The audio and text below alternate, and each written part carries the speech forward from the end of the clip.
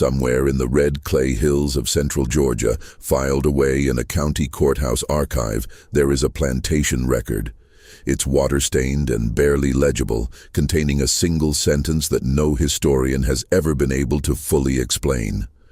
It reads, "No white music man has crossed the line of the Rue-Caban since the incident of late summer 1857, music, and none shall be compelled to do so." 4 masters. 4 men who owned other human beings, who dismantled families with the same ease others, music, broke bread, who commanded hundreds of acres and dozens of lives without a second thought. Collectively, and in writing, 4 of them refused to approach one small cabin at the edge of a cotton field. It belonged to a woman named Cora Rue.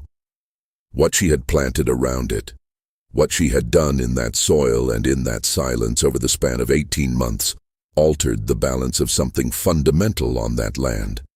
The story of what she cultivated, and why those men were so afraid, has never been told in full until now.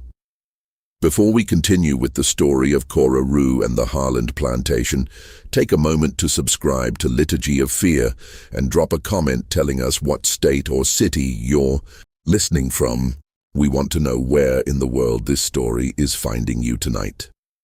What happened on that Georgia plantation in 1857 did not begin with Cora. It began, as most dark things do in that era, with something far more ordinary: land, cotton, and the brutal machinery of men who believed they owned everything, including time itself. The Harland plantation sat roughly 11 miles southeast of the town of Milledgeville, Georgia, in Baldwin County, a region that by the mid-1850s had become a landscape defined almost entirely by the production of short-staple cotton. Milledgeville itself was the state capital at the time, a city of political ambition and old Southern pride, where men in linen suits debated secession over bourbon and spoke of their people with a possessiveness that turned the stomach. The surrounding countryside was fertile, hot, and unforgiving. The summers in central Georgia during that decade were particularly brutal, with temperatures climbing into the upper 90s for weeks on end, the humidity pressing down like a wet wool blanket, and the red soil cracking and bleeding rust-colored. Water after even the lightest rain. The Harland family had worked music this land since the 1820s. Ezra Harland, the patriarch who had purchased the original 600 acres, was long dead by 1857. The plantation now belonged to his son, Clement Harland, 43 years old, a man described in local letters of the period as precise, cautious, and deeply attached to order. Clement was not known for cruelty in the theatrical sense. He didn't take pleasure in spectacle, didn't demonstrate his authority through screaming or public punishment. His method was quieter and in some ways more absolute. He kept meticulous records.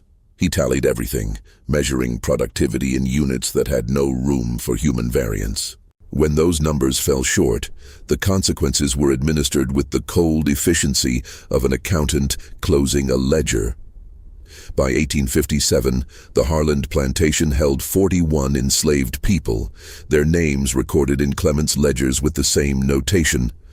System he used for livestock and equipment: first name, approximate age, assigned task, and a brief note on condition.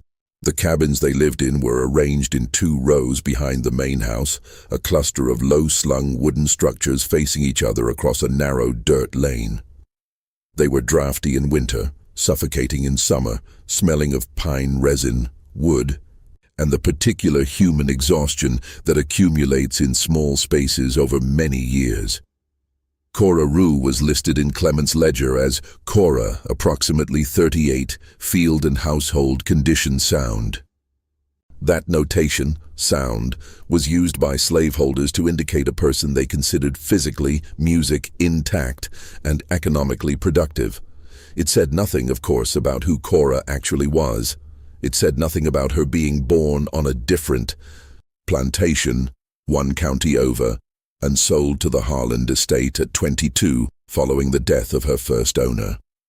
It said nothing about the 2 children she had carried and lost, one to fever, one to a sail that took a boy named Solomon north into the Carolinas before he had grown enough to look his mother in the eye. It said nothing about the years she had spent learning. Quietly and without announcement, every plant that grew in the red clay soil of Baldwin County. What each one could do, what each one meant, and how to persuade things to grow in places that did not welcome them. The three other planters whose names would eventually appear in that courthouse document were neighbors and occasional associates of Clement Harland. Randolph Sutter owned the property immediately to the east, a man in his mid-50s with a reputation for a short temper and a long memory. Wesley Prout held land to the north, a younger man who had inherited his holdings and never entirely shed, the unease of someone who hadn't earned what he possessed. Marcus Delavan, who worked an adjacent parcel along the creek, was the most educated of the four, a man who had studied briefly at a college in Savannah and carried his learning like a shield against the world he lived in. 4 men, 4 properties. 1 shared boundary along the southeastern edge of the Harland Fields, where the land dipped slightly and the water table rose close enough to the surface that certain things grew there that did not grow anywhere else for miles around. That was where Cora's cabin stood. It had not always been her cabin. The structure at the edge of the eastern field had been used for storage before Clement, in a gesture of practical reorganization, decided to rotate it into use as a dwelling. He assigned it to Cora in the spring of 1856. The reasons were logistical. She had been managing more of the field work near that boundary, and this reduced her music travel time each morning. The cabin was smaller than the others, more isolated, set music further from the central cluster of dwellings. Most of the other enslaved workers at Harland considered it an undesirable posting, too far from the warmth of community, too close to the low-lying ground where mosquitoes gathered in clouds at dusk. Cora accepted the assignment without visible reaction. She moved her few belongings into the structure in a single afternoon and spent the first night there alone. No one paid much attention to what she did with the ground around it. Not at first. Change began slowly enough that it registered first not as a fact, but as a feeling, the kind of peripheral unease that people in that era were quick to attribute to bad air, the influence of evening humors, or simple exhaustion from long days. In music, the sun. Several of the Harland field workers later recalled in the years following that they noticed something different about the southeastern boundary by midsummer of 1856. A smell, they said, when the wind came from that direction. Not an unpleasant smell exactly, something complex and difficult to name. Green, sharp, faintly bitter, with an undertone that some compared to burnt earth after lightning, and others described as close to the smell of a church, cedar, dry herbs, and something they couldn't place but felt they should recognize. By autumn, those who walked past Cora's cabin on the way to the eastern fields began to notice the plants. She had been working the soil around the structure with whatever she could gather, cultivate, or coax from the ground during the hours before dawn and after the day's assigned labor was complete.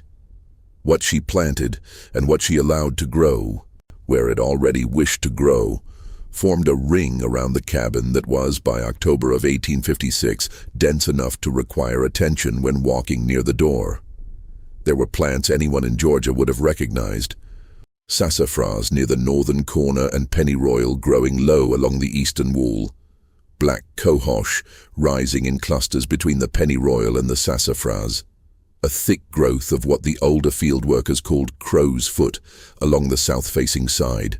And along the path to the door, she had placed rows of something none of them could name, a dark-leafed plant with small white flowers that bloomed only at dusk and closed before sunrise, its roots going down into the clay in a way that made the soil around it look almost deliberately disturbed, as though something beneath the surface were responding sharply to what was planted above.